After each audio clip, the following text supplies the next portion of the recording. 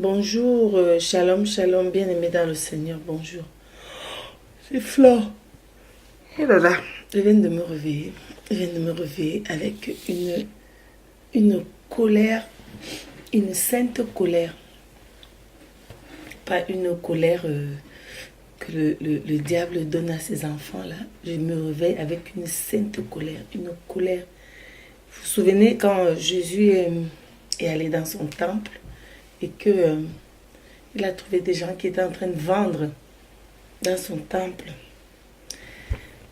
Il était très très fâché. Ça s'appelle la sainte colère. C'est avec cette colère-là que je me suis réveillée ce matin.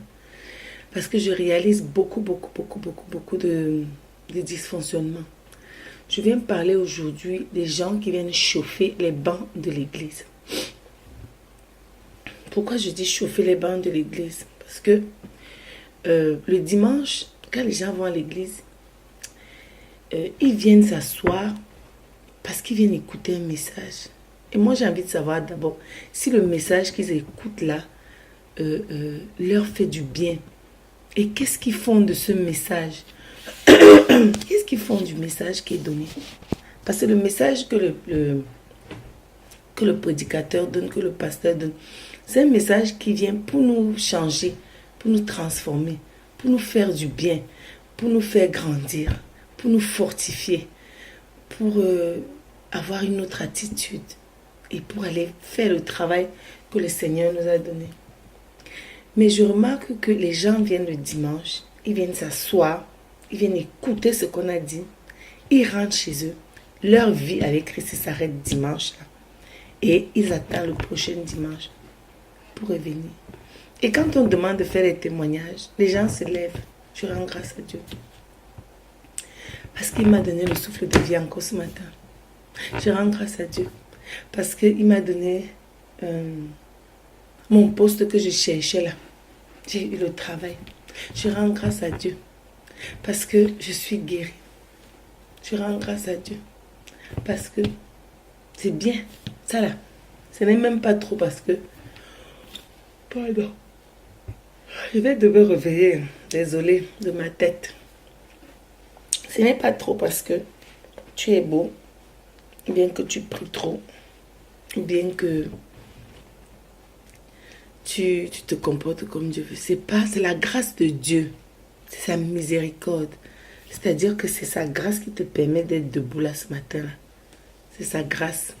C'est parce qu'il te donne encore une chance. Il te donne des chances de faire ce qu'il t'a demandé de faire. Il te donne des chances. Il te donne l'occasion encore d'aller annoncer l'évangile.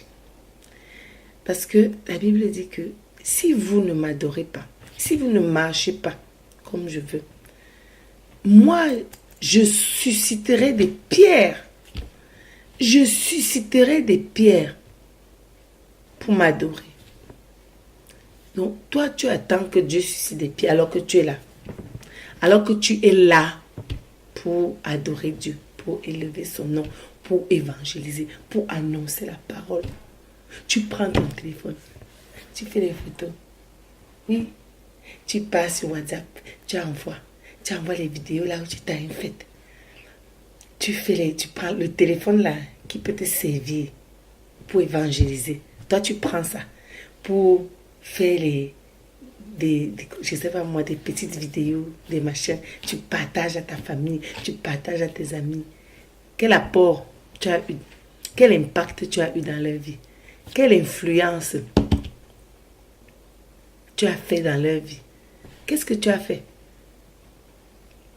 Qu'est-ce que tu as fait? Quand tu donnes ta vie à Christ, le premier ministère que le Seigneur te donne à toi, avant de chercher les ministères dans les églises, avant de chercher qui va faire aujourd'hui ça, qui m'a chassé d'ici, m'a chassé à l'église. Avant de faire ça, le Seigneur t'a dit d'abord, va réconcilier les hommes entre eux. Les hommes avec Dieu. Va réconcilier les hommes entre eux. C'est le premier ministère, c'est l'évangélisation. C'est la première chose. Ma soeur Colette hier, elle allait à Auxerre évangéliser dans la rue. Elle a le zèle. Elle a le zèle. Le zèle vient de quoi? De ce que tu t'es levé et que tu as dit, Seigneur, oui, j'accepte de faire ce que tu as demandé de faire. J'accepte de faire ce que tu as demandé de faire. Puisque le Seigneur t'a dit, ouvre seulement ta bouche et je la remplirai. Tu ne parles pas de toi-même. C'est l'Esprit de Dieu qui parle pour toi.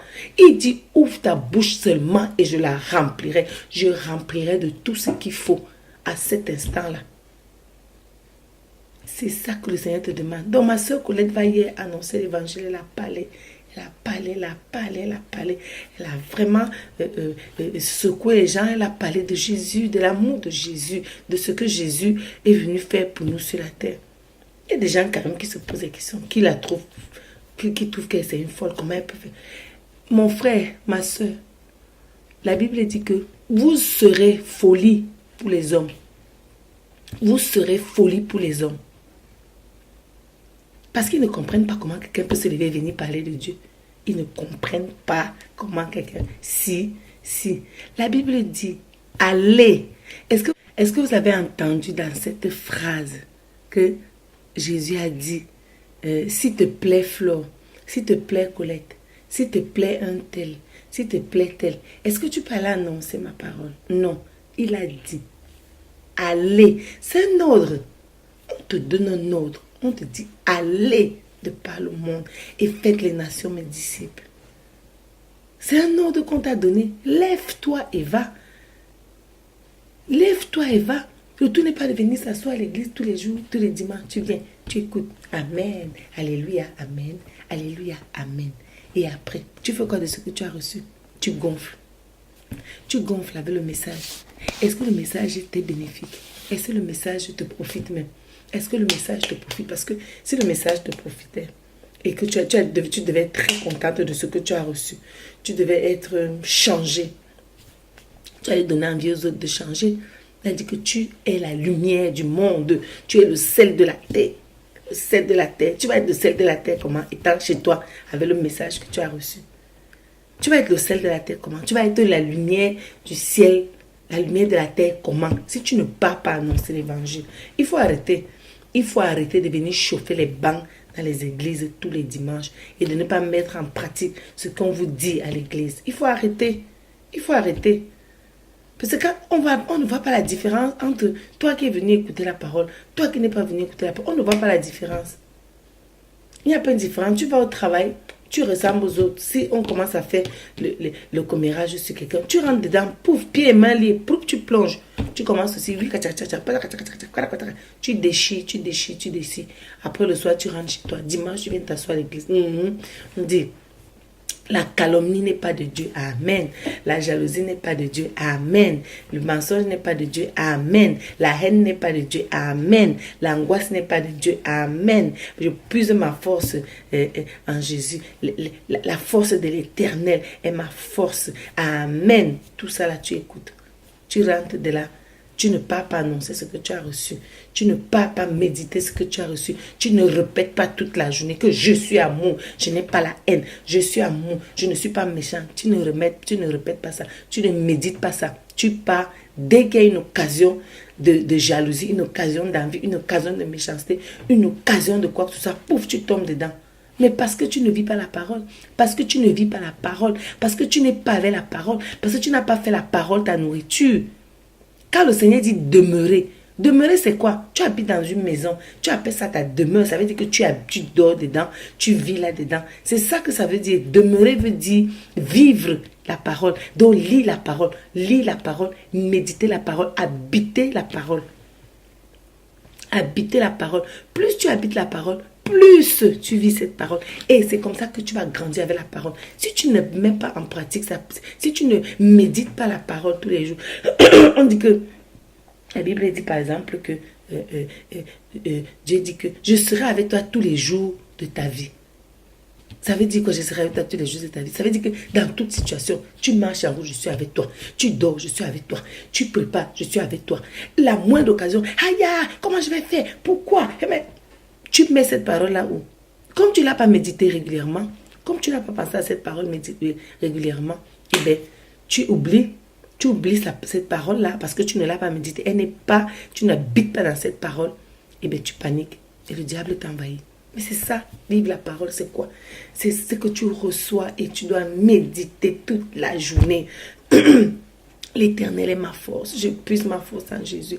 Dieu ne m'a pas donné un esprit de timidité. Il m'a donné un esprit de force, de sagesse et d'amour. Tu médites ça. Le Seigneur m'a donné un esprit de force, de sagesse et d'amour. Dieu ne m'a pas donné un esprit de timidité. Je n'ai pas reçu l'esprit de timidité. Il m'a donné un esprit de force, de sagesse et d'amour. Tu déclares, tu passes ta journée à méditer. L'Éternel est mon berger. Je ne manquerai de rien. Il a dit qu'il sera avec moi tous les jours de ma vie. Toute ta journée, tu passes à méditer. Tu es intelligent, tu es sage, tu marches avec l'esprit de conseil. L'esprit de consolation t'accompagne. L'esprit de consolation t'accompagne. C'est comment? Vivez la parole. Vivez la parole. C'est-à-dire que tu sors du culte le dimanche. Toi-même, tu es content. Tu sors du culte le dimanche, tu es content et tu décides d'aller vivre la parole. C'est dans ton lieu de travail, c'est partout. Tu marches, c'est avec ton téléphone, tes tablettes. C'est ça, vivre la parole. Allez annoncer l'évangile. Vraiment, quand j'ai vu la vidéo de ma soeur Colette là, j'ai dit, j'étais au travail, j'avais envie de prêcher avec elle. Mais les occasions ne manquent pas, les occasions ne manqueront pas. Il y a des jours, il y aura des jours. Le Seigneur nous donne l'occasion. Nul ne sait ni l'heure ni l'endroit. Personne ne connaît son jour. Tu ne connais pas ton jour, mon frère. Tu ne connais pas ton jour. Tu ne sais pas si c'est demain. Tu ne sais pas si c'est après-demain. Tu ne connais pas ton jour. Donc lève-toi, va annoncer l'évangile. Parce que tu peux rater ton ministère. Tu peux rater ce pourquoi le Seigneur t'a envoyé. Va annoncer l'évangile. Je dis annoncer l'évangile. Le son de la trompette va sonner. Attention, vraiment. C'est pour ça que je me suis levée. J'ai dit, mais c'est pas possible. Comment les gens écoutent les messages comme ça et ça c'est, les gens regardent et disent, oh, elle est courageuse. Oh, elle est assez. Oh, non, le zèle. Le zèle. Le Seigneur te donne le zèle. Tu l'as reçu. Lève-toi seulement. La honte, on va dire, les gens c'est qui? Les gens là, c'est qui? Les gens là, c'est qui? On va dire, on sait qui? Est-ce que Jésus, lui, a eu honte d'aller mourir pour toi là? Il n'a pas eu honte d'aller mourir à la croix pour toi. Donc, prends ton travail, prends ce que le Seigneur t'a donné, va annoncer l'évangile. Va, annonce l'évangile comme tu peux, comme tu veux. Mais trouve le moyen d'annoncer l'évangile parce que c'est à ça que nous avons été appelés. Nous avons été appelés à annoncer l'évangile. À annoncer l'évangile, à parler du royaume des cieux, à présenter Jésus, à parler de l'amour de Christ, à parler de tout ce qu'il a fait pour nous. De tout ce qu'il a fait pour nous. Il a dit que vous-même aussi, vous ferez de plus grandes choses. Il t'a donné le pouvoir d'aller annoncer, le pouvoir de guérir, le pouvoir. Il t'a donné tellement de pouvoir. Tu prends le pouvoir là, tu gardes ça chez toi. Et dimanche, tu te lèves pour aller annoncer, pour aller t'asseoir à l'église, pour écouter encore la parole. Tu accumules, tu mélanges, tu additionnes, tu poses.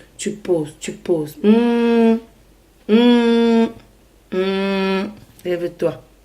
Il est temps de te lever. Il est temps de te lever. Il est temps de te lever. Il est temps de te lever. Donc, c'était ça mon message ce matin. Je suis désolée. Peut-être j'ai été un peu... Mais c'était... il fallait que je parle. Parce que voilà, c'est le moment d'aller annoncer l'évangile. C'est le moment de rentrer dans notre ministère. Donc, voilà.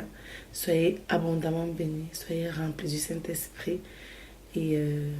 prêcher l'évangile. Prêcher l'évangile. Je vais me préparer, je vais à l'église.